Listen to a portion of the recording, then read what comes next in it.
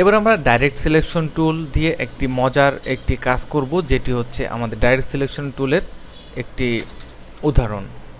Direct selection tool দিয়ে আমরা কীভাবে অবজেক্টকে মডিফাই করতে পারি। আমরা যে কোনো অবজেক্টের উপর ক্লিক করলে প্যাথ সিলেকশন হচ্ছে, এবং প্যাথ সিলেকশন হলে অবশ্যই অবজেক্টকে মডিফাই করা যায়। প্যাথ আমাদের স্ট্রোক এবং আমাদের প্যাথের সাথে ওতপ্রোতভাবে জড়িত। আমাদের এই টোটাল যে অবজেক্টটি রয়েছে, আমরা এই অবজেক্টকে সিলেক্ট করার পর গ্রুপ সিলেক্ট হচ্ছে, বাস। আমরা নেক্সট এই অবজেক্টটি দিয়েই উদাহরণটা দিই। এই অবজেক্টকে সিলেক্ট করার পর আমরা যদি কালার চেঞ্জ করতে চাই, সেক্ষেত্রে আমরা সহজে কালার চেঞ্জ করতে পারছি। আবার একই নিয়মে যদি আমরা ডাইরেক্ট সিলেকশন টুল দিয়ে আমরা কালার সিলেক্ট করতে চাই, তাও কিন্তু আমরা কালার চেঞ্জ করতে পারবো। এখানে যদি আমরা একই নিয়মে কালার চেঞ্জ করতে চাই, তাহলে কালার চেঞ্জ করতে পারবো। কিন্তু কোনো একটি অবজেক্টের কালার যদি এখান থেকে চেঞ্জ করতে হয়, সেক্ষেত্রে আমরা অবশ্যই ডাইরেক্ট সিলেকশন টুলের হেল্প নিতে হবে, কারণ যে কোনো একটি অবজেক্টকে সিলেক্ট করে আমি কালার পরিবর্তন করতে পারি, এবং প্রত্যেকটি অবজেক্টে আমি আলাদা আলাদা কালার ব্যবহার করতে পারি। এটা আসা যাক ডাইরেক্ট সিলেকশন টুলের একটি উদাহরণ। নেক্সট আমি আরও একটি সুন্দর উদাহরণ এখানে দেব। এইবার আমরা এখানে নেক্সট যে অংশটি রয়েছে, আমি ডাইরেক্ট সিলেকশন টুলের মাধ্যমে সিলেক্ট করব এবং এটিকে মুভ করে অন্য একটি স্থানে নিব। তারপর আমি নর্মালি যদি সিলেক্ট করি, তাহলে দেখতে পাচ্ছি যে আমাদের টোটাল একটি গ্রুপ, এখনও একটি গ্রুপ।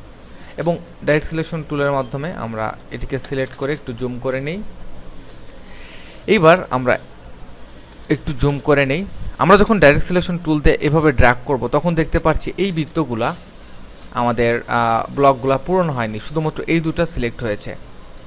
আমরা ইচ্ছা করলে এই দুটাকে ড্র্যাগ করে এভাবে মুভ করতে পারবো, এবং শিফট চেপে আমরা সমানভাবে মুভ করতে পারবো। এবার আমরা এখান থেকে সিলেক্ট করব এবং আমরা শিফট চেপে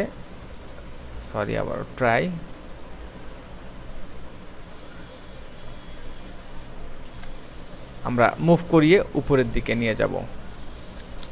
এবার আমরা এখান থেকে সর্বশেষ যে দুটি পয়েন্ট, এই দুটি পয়েন্টকে আমরা শিফট চেপে আগে সিলেক্ট করব, তারপর শিফট চেপে আমরা এভাবে বাড়িয়ে নিয়ে যাব।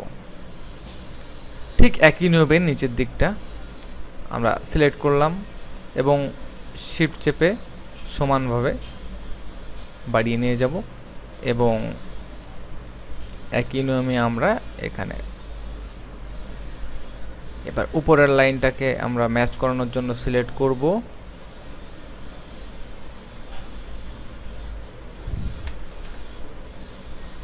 এই অবজেক্টটিকে আমরা সিলেক্ট করার পর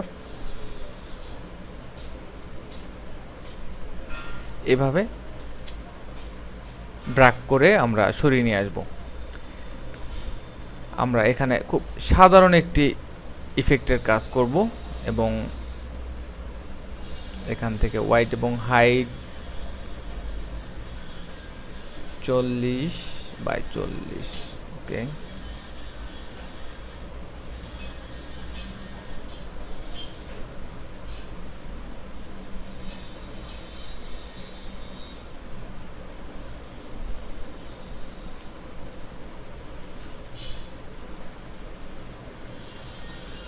এভাবে আমরা বিভিন্ন লগো অথবা স্টাইলের কাজ করতে পারি, এবং ভেক্টর বেস কাজ করতে হলে আমাদের বিভিন্ন মডিফাই টুল এখানে রয়েছে, পরবর্তীতে আমরা আলোচনা করব। আমরা আপাতত দেখলাম কিভাবে ডাইরেক্ট সিলেকশন টুলের মাধ্যমে ছোটখাটো কাজ করা সম্ভব। ধন্যবাদ।